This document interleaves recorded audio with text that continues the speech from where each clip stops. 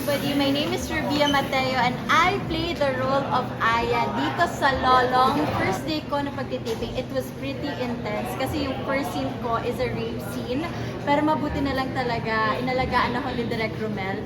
However, ramdam ko talaga yung intense ng eksena.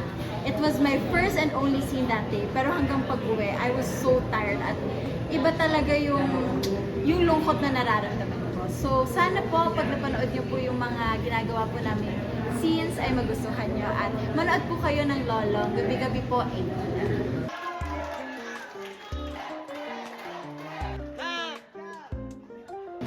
Yung aabangan nila kay Aya is that kung magiging kakampi ba siya or kalaban ni Lolong, unang-una yan. And aside from that, yung character development niya din sa community na kung saan siya may involve.